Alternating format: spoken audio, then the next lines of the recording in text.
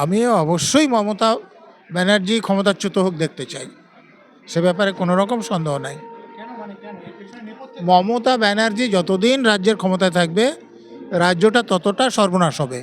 আপনি চিন্তা করুন না যে আমার ছেলে মেয়ে তো সাধারণ স্কুলে পড়তে যাবে, তো যে অঙ্ক জানে না সে অঙ্ক শেখাবে, যে অ ক খ জানে না সে বাংলা শেখাবে, যে এবিসিডি জানে না সে ইংরেজি শেখাবে। তো আমি সে ক্ষমতায় কী করে চাইব? আমার ছেলে মেয়ে ধরুন ভালোভাবে পড়াশোনা করে চাকরি পাবে না, অন্য লোকেরা টাকা দিয়ে চাকরি পাবে। আমার মেয়ে যদি মেডিকেল কলেজে পড়তে যায় তাকে ধর্ষণ করে খুন করে দেবে। আমার মেয়ে যদি ল কলেজে পড়তে চায় তাকে দিনের বেলাতেই ধর্ষণ করবে। তা আমি কী করে চাইবো যে মমতা ব্যানার্জি ক্ষমতায় চান?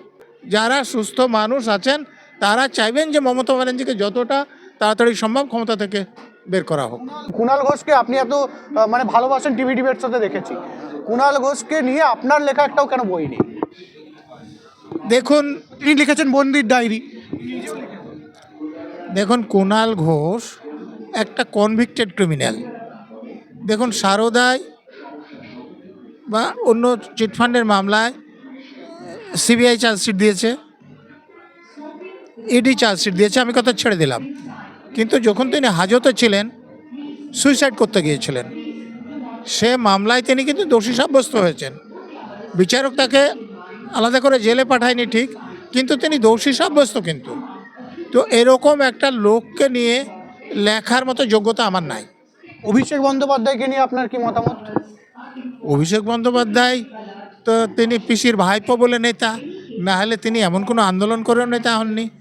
এমন কোনো শিক্ষাগত যোগ্যতা, আন্দোলন করার যোগ্যতা কিছুই নাই। তো তিনি ভাইপো বলে নেতা, তো তাকে নিয়ে আমার কোনো বক্তব্য নাই। তিনি তো ভুলভাল বলেন।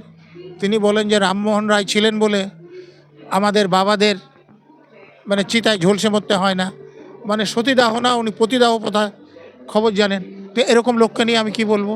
জেলে যাওয়া উচিত কি? উনি জেলে যাবেন। এই ইডির রেডে বাধা দিয়ে যে ডাকাতি করেছেন, ওতে তো ডাকাতির ধারা আসবে, প্রমাণ লোপাটের ধারা আসবে, সরকারি কর্মীদের কাজে বাধা দেওয়ার ধারা আসবে।